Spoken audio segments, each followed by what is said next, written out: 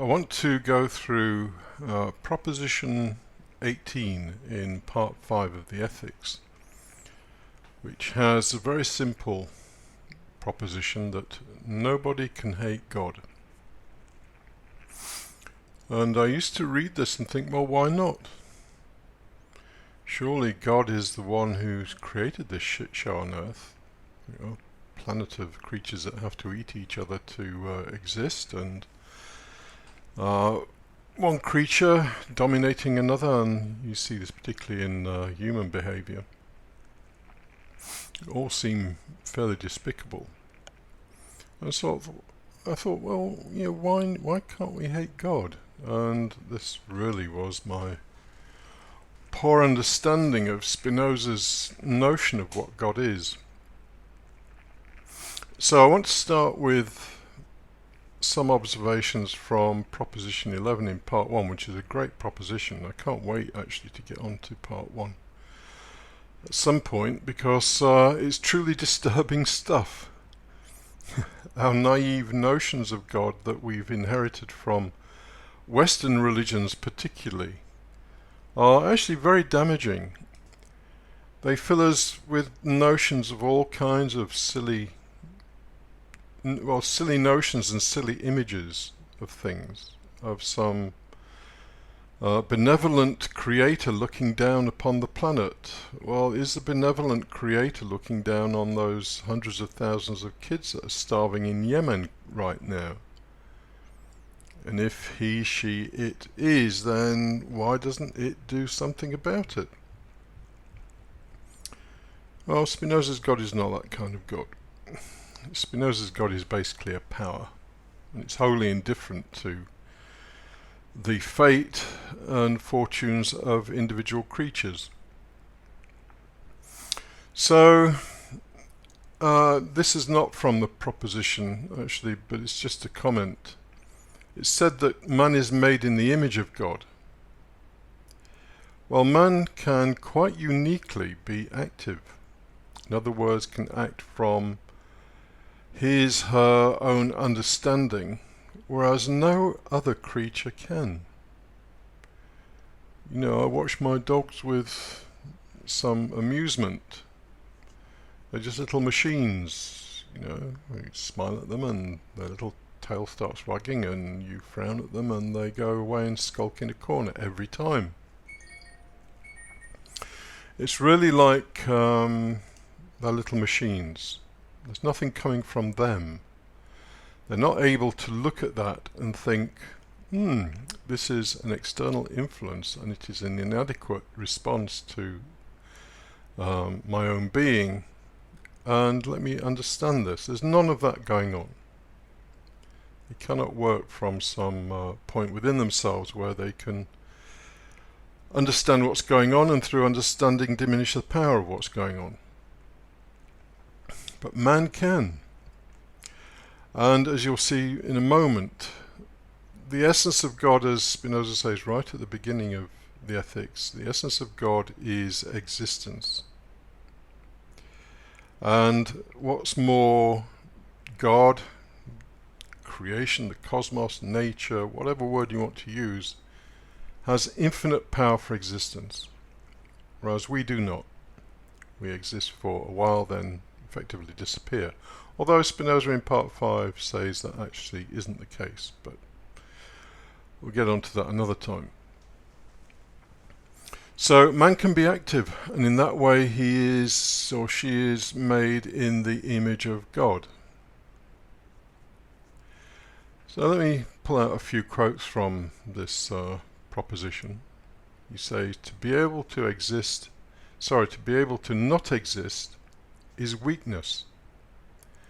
On the other hand, to be able to exist is power, as is self-evident.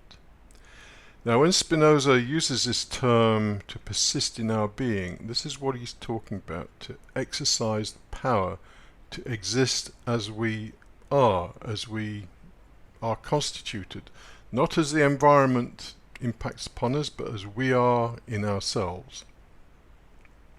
To be what we are.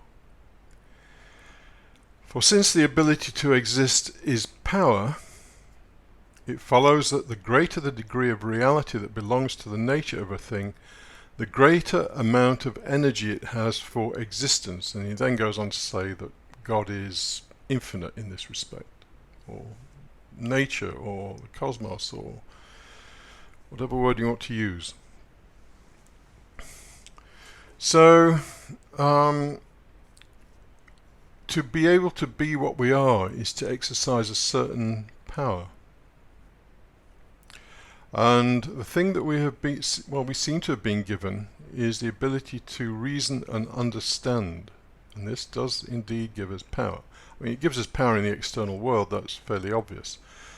And we've been fairly successful at that, although not without side effects. And the thing that has been totally missing is the focus internally on understanding ourselves, and through understanding, having power within ourselves.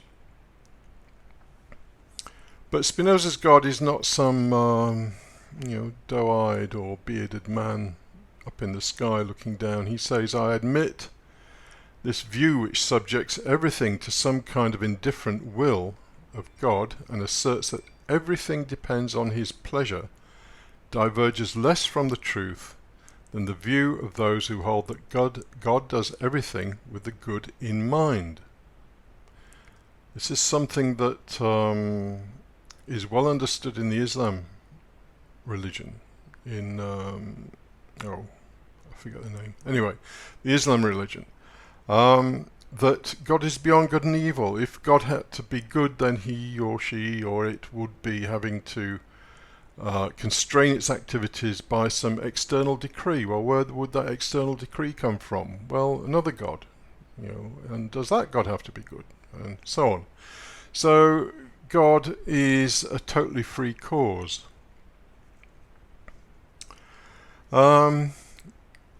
So he goes on to say, for these people seem to posit something external to God that does not depend on him, to which, in acting, God looks, as it were, as if it were a model, or to which he aims, as if it were a fixed target. And when we get on to part 1, then we will visit some truly disturbing things. Well, it disturbed me. I mean, they're just words at the end of the day, but if you ponder on them, you get the meaning. So Spinoza negates the idea that there is any order in the universe. He negates the notion that there is any good in the universe, that there is anything that is beautiful, or anything that is ugly, that there is anything wrong with the most base and vile behavior. Anyway, that's another story, but Spinoza's notion of God is interesting. Anyway, let me get on to the proposition that I intended to get on to. But that background was necessary just to give this idea that God has infinite power for existence, or existence has infinite power for existence. The essence of God is existence. So he says, the idea of God, which is in us, is adequate and perfect.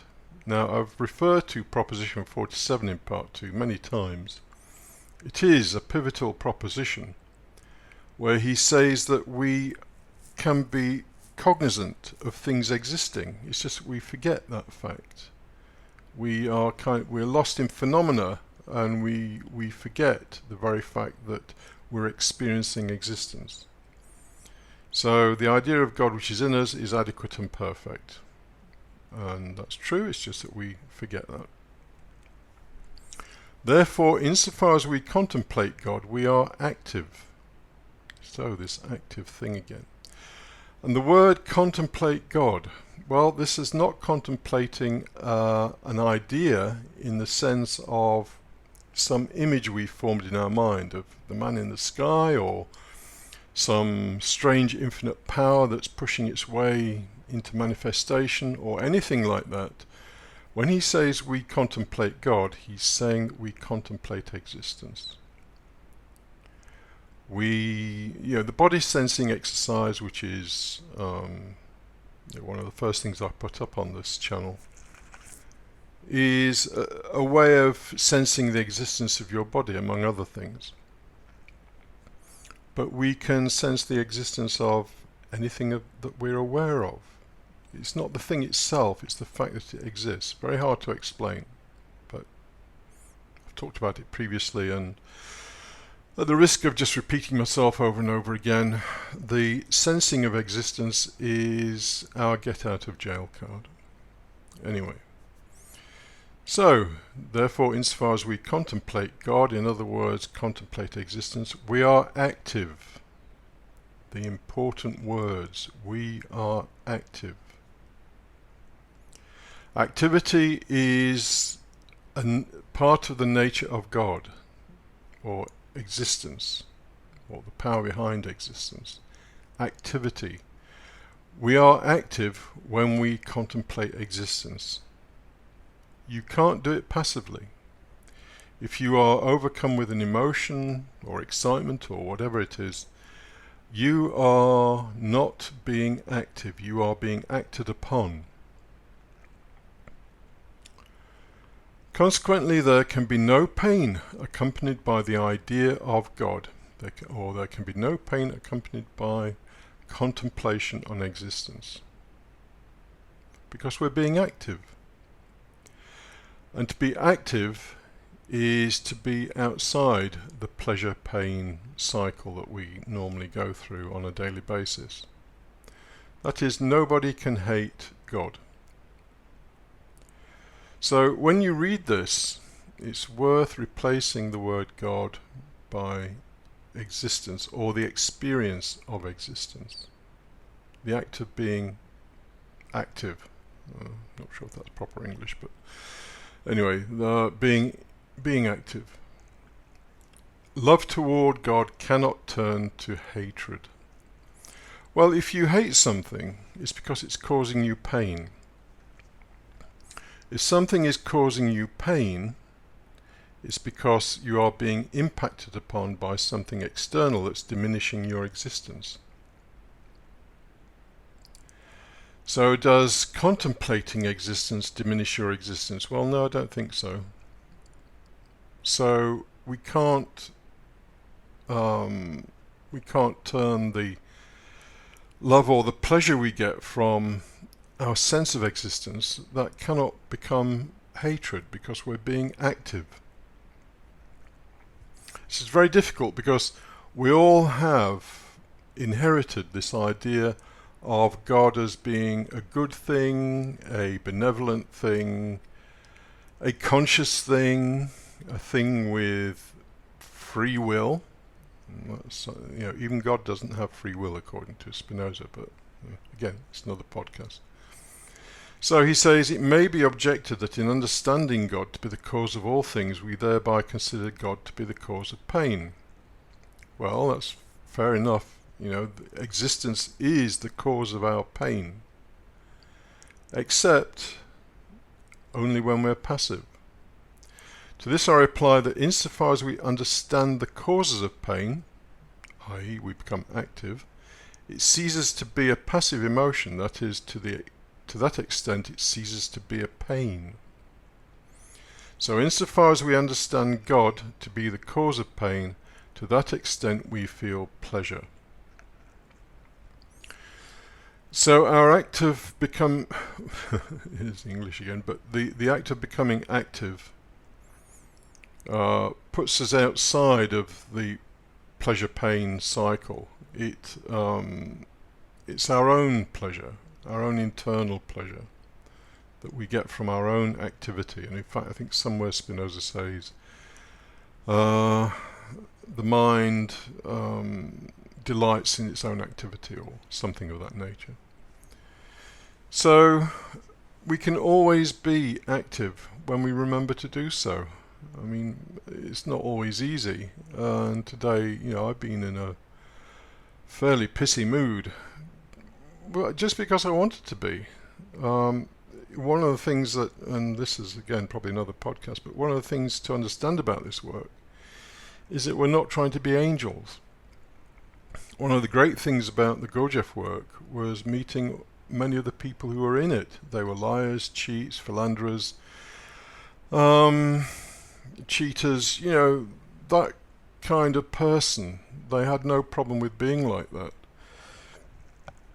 And it was never judged. In fact, somebody I knew who's now very prominent in the Gurdjieff work, I knew him very well for a number of years. He was the most outrageous cheat and liar on the planet. And still is. I know from what he's doing, he still is. This work isn't about being good. I did the podcast on goody two-shoes. It isn't about being good in the sense of well-behaved. All this work is about is being active. That's really all it's about, instead of passive. So, we're not trying to be goody two-shoes, we're not trying to be moral, wise, or any of those things. We're just trying to be active.